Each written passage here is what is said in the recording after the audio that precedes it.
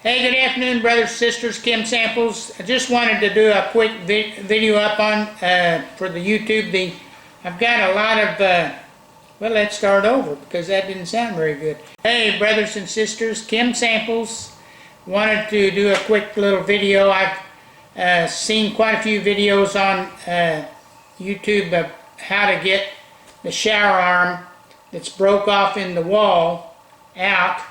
And most of the plumbers or the videos want to get a special extraction tool, and I've run into quite a few of these when I'm out doing handyman work. And of course the shower arm goes in and you're taking it off, and it's an old one, and it breaks off inside here.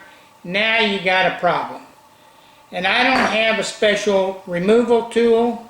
So what I've done, and it's worked quite a bit, worked almost every time for me, is I've taken a file, I've got an old file here, and I've ground it down a little bit with my angle grinder, and made it just where it just fits inside into the arm here, to where you can tap it in there,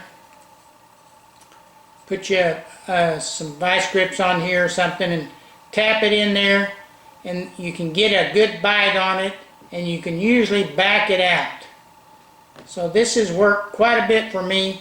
Occasionally, not always, I've had to go in there with a hacksaw and maybe saw a little bit to get a little better bite on maybe the bottom part and the upper part, and that's given me enough to get a good bite on it. Remember, when you grind this down, you got to go in the fitting, and if it hits the back of the fitting, the female fitting, it won't be able to work. So you want to grind it right here at the tip, and get it in there, tap it in there, twist it slow, get your pair of vice grips on there, and usually this will do the trick.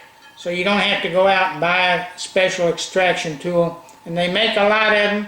If you want to go get one, fine, that's okay. Alright, that's it for today's video. Thank you very much. Keep walking with Jesus and have a blessed day, and see you on the next video.